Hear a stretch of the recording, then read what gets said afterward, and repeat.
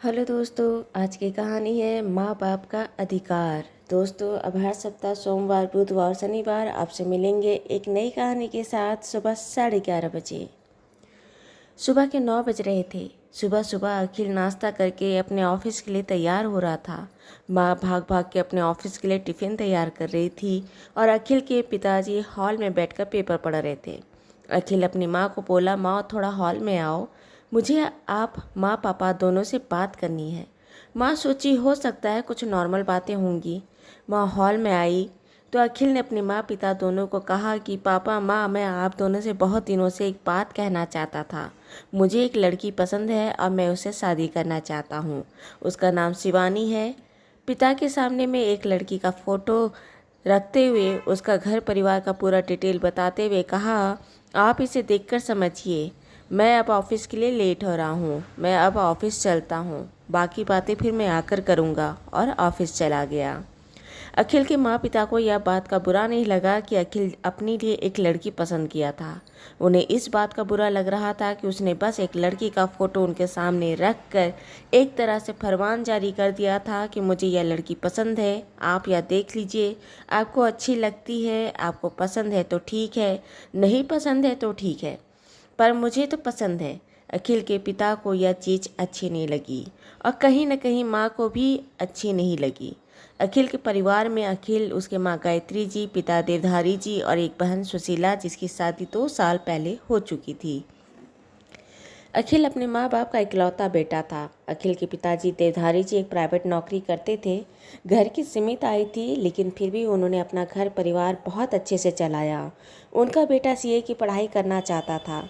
CA की पढ़ाई करना, उसका ट्यूशन, उसका कॉलेज, उसकी फ़ीस, उसके साथ उसके अरमान, सब देवधारी जी ने बहुत अच्छे से पूरा किया।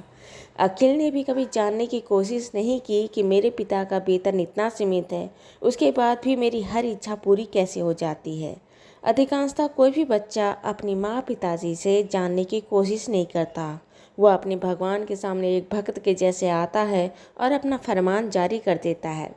भगवान मुझे यह चाहिए, आप मुझे यह दीजिए, वह दीजिए, यही हाल था अखिल का। देवधारी जी और गायत्री जी अपने बच्चों की हर ख्वाहिश पूरी करते थे। जहाँ करने की हालत ना होती वहाँ पर वह अपनी ख्वाहिशों का गला घोट देते थे। हमेशा गायत्री जी और देवधारी जी कभी भी अपनी ख्वाहिश पूरी कर ही नहीं पाए। बस अपने बच्चों को ख्वाहिश, इच्छा पूरी करने के बाद अपना जीवन सिर्फ काटा था। और आज 25 वर्षीय उनका बेटा अखिल अपनी पसंद की लड़की का फ़ोटो लाकर उनके सामने रख दिया था कि यह मेरी पसंद है, आप देख लो। अखिल को बताने का तरीका और उसका जताने का तरीका उनकी माँ गायत्री जी और देवधारी जी को खटक गया, उन्हें आहत कर दिया। जब शाम को अखिल घर आया तो उसके माँ पिता से पूछा कि आप लोगों को लड़की कैसी लगी, अच्छी है ना, मैं इसी से शादी करना चाहता हूँ। गायत्री जी देवधारी जी का मुंह देखी और चुप हो गई। देवधारी जी एक बात कहे, बेटा मुझे इस बात पर कोई ऐतराज़ नहीं कि लड़की तुम्हारी पसंद की है। चाहे मैं पसंद करूं चाहे तुम पसंद करो, लड़की अच्छी होनी चाहिए, हमारे घर में रहे और हम साथ रहें, इससे ज़्यादा हमें कुछ नहीं चाहिए। हमारे बच्चे खुश हों, बस यही तो ख्वाहिश है हमारी। लड़की भी बहुत प्यारी है, सुंदर है, घर परिवार भी अच्छा लगता है और उसकी पढ़ाई एजुकेशन भी बहुत अच्छा है। लेकिन एक बात मुझे बहुत आहत कर गया। अखिल, तुमने एक बार यह नहीं पूछा कि पापा आपका मन क्या है, आपका क्या है, आप क्या चाहते हो, क्या नहीं चाहते हो। तुम मेरे बच्चे हो, तुम्हें बचपन से मैं पाल पोस के बड़ा किया, इतनी मेहनत की, कहीं ना कहीं मेरे को भी तो एक हक है कि मैं भी तेरी शादी में एक फ़ैसला लूँ या एक पसंद करने का अधिकार रखता हूँ। अखिल बहुत अच्छा लड़का था, अपने माँ पिता का इज्जत भी करता था, लेकिन पता नहीं आज उसे क्या भूत चढ़ा था, या उसे लगा कि शायद उसकी पसंद की लड़की से इनकार कर रहे हैं। उसने तुनक के कहा कि देश में भी 18 साल की उम्र होने पर वोट का अधिकार होता है। क्या मेरा इतना अधिकार नहीं कि मैं अपनी एक पसंद की लड़की से शादी कर पाऊँ? गायत्री जी गुस्से से भर गई। कही, अगर तुम अधिकार की बात कर रहे हो तो तुम 18 साल के हो चुके हो, तो तुम्हें अपनी पसंद की लड़की से शादी करने का अधिकार है, तुम्हें कुछ भी फैसला लेने का अधिकार है। तो हम माँ बाप का क्या अधिकार है? हमारा भी कुछ अधिकार बनता है या नहीं बनता है?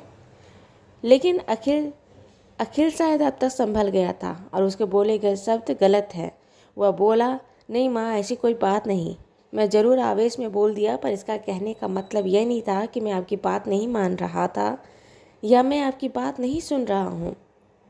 मुझे माफ़ कीजिए। गायत्री जी ने कहा कि भले गलती में कह गया, लेकिन कहीं न कहीं यह तुम्हारे दिमाग में होगा कि तुम जो चाहो कर सकते हो, क्योंकि वह तुम्हारा अधिकार है। तुम कमा रहे हो, तुम अपना खर्चा खुद उठा सकते हो, अपना फैसला कर सकते हो। तुम्हें हमारी ज़रूरत नहीं, हमारा साथ नहीं, हमसे प्यार नहीं। शायद इसलिए तुम्हारे मन में विचार आया। बेटा, जैसा अगर तुम यह कहते हो कि एक बच्चे को पालना माँ बाप का फ़र्ज होता है, तो एक बच्चे का भी फ़र्ज होता है कि उसके माँ बाप, माँ पिता का देखभाल, उसको साथ रखे, उसकी देखभाल करे, उसे वही मान सम्मान, प्यार और हिफाजत दे जो उसके माँ पिता ने उसको बचपन से लेकर जवानी तक दी है। और अधिकार की बात करते हो तो सिर्फ बच्चे का अधिकार नहीं होता है, उसके माँ पिता का भी अधिकार होता है। माँ पिता का सिर्फ अधिकार पालने बड़ा करने का नहीं है। तुम एक होटल में नहीं रह रहे हो, तुम मेरे घर में रह रहे हो, और तुम्हें यह जीवन भी मैंने तुम्हें दिया है। तुम्हें जीवन देने का हिसाब नहीं मांगती, उसकी कीमत नहीं मांग रही, लेकिन उसे एक सही शब्द देकर उसकी इज्जत, उसकी लाज तो रखना चाहिए ना।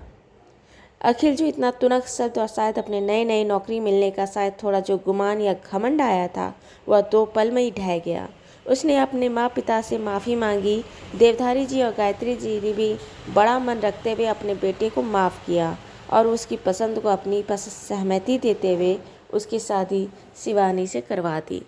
दोस्तों, ये कहानी अच्छी लगी हो तो इसे लाइक करें, शेयर करें, सब्सक्राइब करें और मिलते हैं एक नई कहानी के साथ एक छोटे से ब्रेक के बाद। धन्यवाद।